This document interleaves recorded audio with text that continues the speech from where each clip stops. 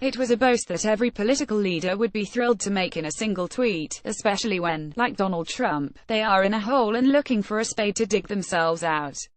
Trump tweeted highest stock market ever, best economic numbers in years, unemployment lowest in 17 years, wages raising, border secure, SC no WH chaos, encouraging the world to put aside the unfolding Russia scandal, impotence over North Korean missile launches and the sacking of newly arrived press secretary Anthony the Mooch Scaramucci, and look instead at the economic boom apparently unfolding under the president's administration.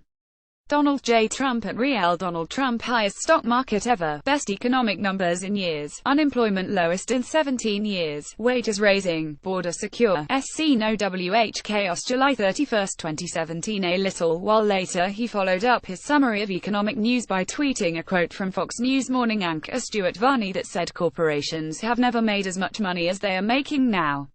Donald J. Trump at Real Donald Trump corporations have never made as much money as they are making now. Thank you Stuart Varney at Fox and Friends. Jobs are starting to roar. Watch August 1, 2017 as a final repost to critics. He added stock market could hit all-time high again. 22,000 today. Was 18,000 only 6 months ago on election day. Mainstream media seldom mentions Donald J. Trump at Real Donald Trump stock market could hit all-time high again. 22,000 today. Was 18,000 only 6 months ago on election day. Mainstream media seldom mentions August 1, 2017. His message is clear. Whatever is going on in the White House, the folks on Main Street and Wall Street are back in business and making money, which raises the question, is the U.S. economy really booming, and how much credit can Trump take for its highest stock market ever? The Dow Jones Industrial Average powered through 22,000 last week to hit another record high. The broader measure of U.S. companies, the S&P 500, continued its ascent back to a high point established in June. Wall Street analysts expect the U.S. stock market, which has soared by more than a fifth since Trump took office, to maintain its supercharged rise for some time yet. But not much of the boost can be credited to the president. There was an initial spike following his election as infrastructure companies boomed on hopes of big government spending contracts, and wealthy investors and corporations gambled that he would hand out eye-watering tax cuts. But more important has been the action of the Federal Reserve, the U.S. central bank. This year, despite 2 small rate rises, the signs are that a return to anything like normal interest rates is a long way off.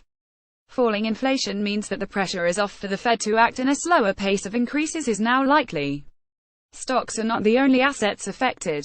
Foreign exchange traders watch the same signals and since January have decided that rate rises, which act to suck foreign money into the US, are not going to happen.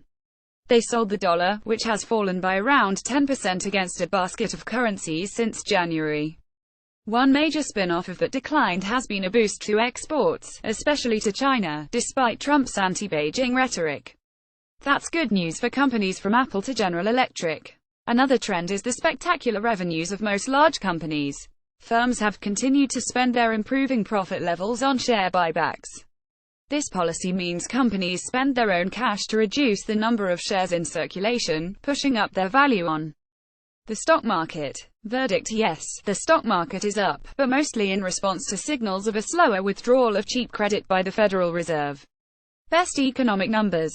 Trump is excited about the economy and his tweets are mostly in response to the improvement in GDP growth seen during the second quarter, to an annualized rate of 2.6%. Surveys of the manufacturing and services sector for July and the latest monthly labor market data illustrate the buoyant state of the economy, with all three expanding. But most indicators show consumer spending is losing its power and that 8 years of vigorous expansion is drawing to its conclusion. Figures from the Federal Housing Finance Agency show that annual house price rises have almost halved from 6% last year to 3.2% in the first half of 2017. Retail sales have followed the same path. Strong growth in 2016 has petered out this year, with May and June recording significant declines amid falling demand for trucks, cars and discretionary items. Robert J. Shapiro, a former economic advisor to Bill Clinton, says this expansion is getting old. The growth rate is half what we saw in the 1990s and there are strong indications that the economy will weaken next year. Shapiro, who runs his own economic consultancy, Sonicon, in Washington, believes few people will permit Trump to take credit for the current benign economic situation, but will hold him responsible should it deteriorate by the midterm elections in November 2018. "We always give credit for the economy in the first year to the previous president," he says. Trump hasn't passed any significant legislation, and while he has put forward some deregulation measures, they haven't had any effect yet. Trump's Treasury Secretary, Steve Mnuchin, argues that his budget proposals for the autumn will extend the current run of strong growth and push it to beyond 3% year after year through to the middle of the next decade, at which point bumper tax receipts will bring the government spending deficit back into balance. The budget is a mix of tax cuts for the richest and middle-income groups coupled with deep cuts in further education and welfare spending. Albert Edwards, the famously gloomy global strategist at Societe Generale, is convinced that the loose monetary policies preferred by the Federal Reserve and the Bank of England, and endorsed by Trump, are encouraging a debt bubble that will burst with similar consequences to the 2008 financial crash. Edwards said in a recent note to investors, "I'm genuinely getting tired of bashing the major central banks, but every day more evidence mounts that almost exactly the same debt excesses that caused the global financial crisis in 2008 are present today. The Bank of England and Federal Reserve deserve particular vilification for failing to remove the monetary punch bowl quickly enough, just like the 20,030–2007 period, allowing grotesque debt excesses to build." Mnuchin's budget is expected to be watered down as it makes its way through Congress and emerges not much more than a mild tax cut for the wealthy. That would leave the Fed unmoved and sticking to its course of only incremental interest rate rises over a period of years. Verdict: the best years of the current recovery are in the past, though unfunded tax cuts in the autumn could provide a sugar rush that pushes up growth and inflation next year. Treasury Secretary Steve Mnuchin forecasts 3% annual growth for years to come. Photograph: Susan Walshap, unemployment lowest. Economists have worried that the U.S. economy is struggling to create significant employment despite Trump's promise of jobs. July marked the 82nd consecutive month of jobs growth in the U.S., but, just as in the U.K., the recovery from the depths of the 2008 recession has been marked by slow wage growth and a worryingly large number of people in part-time work. Huge numbers of women and older workers have quit the jobs market completely. America now has one of the lowest labor market participation rates in the developed world. Jobs data has emphasized the trend, with the largest growth in low-paying service industry jobs, and not in the high-paying traditional blue-collar industries Trump pledged to support. Coal exports have boomed this year, but jobs in food services are growing at more than 3 times the rate of mining jobs, and manufacturing employment growth is static. Shapiro says he advised Hillary Clinton before last November's presidential election that she would need to put in place policies that raise the skill levels of blue-collar workers to prepare them for workplaces increasingly dominated by technology. "You have already hit full employment, so you can't expect strong job expansion to support growth," he says. "And without strong jobs growth you need to increase productivity, but that has been slow for 3 years and shows no sign of increasing." This is a White House that has largely been absorbed by the Russia scandal and the legal implications for senior members of the administration. It is not a White House with many eyes on the economy. For one thing, there haven't been any economists appointed yet. In the Treasury it's just Secretary Mnuchin and that's it. Verdict: well-paid blue-collar jobs remain hard to find, despite rising employment. Wages rising. For much of the last decade, economists have expected a return to wage rises of 4% that dramatically lift consumer spending and feed into rising prices. It's the trigger the Fed is looking for to raise interest rates more than the 1 percentage point it has managed in the last 20 months.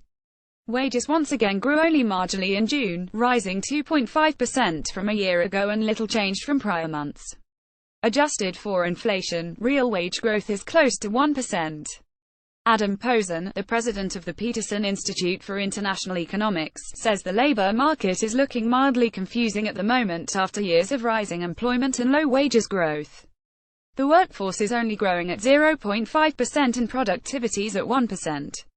Even if productivity is raised to 1.5%, you still don't get near Mnuchin's 34% wages growth targets, says Posen, who has worked in central banks on both sides of the Atlantic, at the New York Fed, and on the Bank of England's Monetary Policy Committee.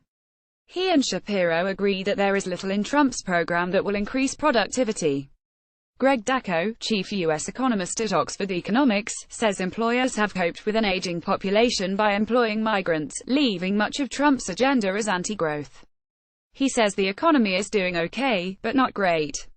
And the high hopes business had for Trump's initiatives have turned negative because, if anything, the president's time in office is characterized by protectionism, anti-immigration and lingering policy uncertainty. Dacko has penciled in growth averaging just 1.5% over the next 10 years.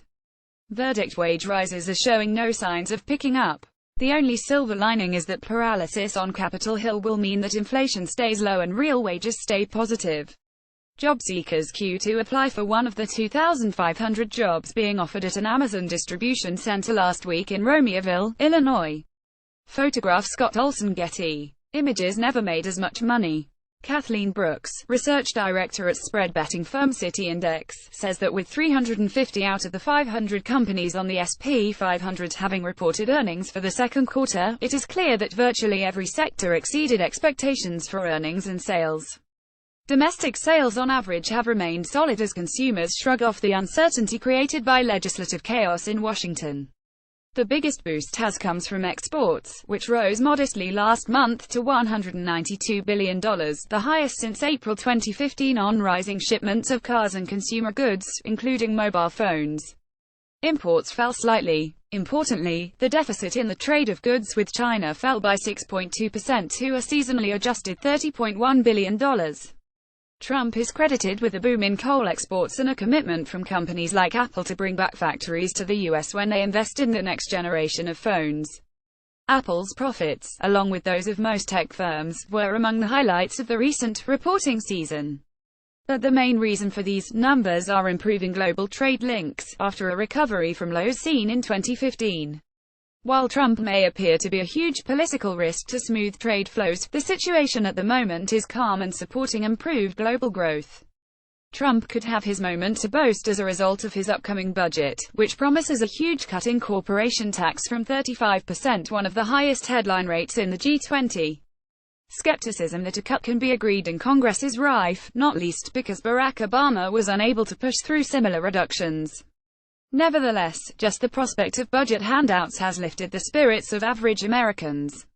Unlike in the UK, where consumer confidence has fallen back to levels seen in the immediate aftermath of the Brexit vote, Americans last week started feeling much more confident about the economy, pushing the Bloomberg Consumer Comfort Index to a 7-week high.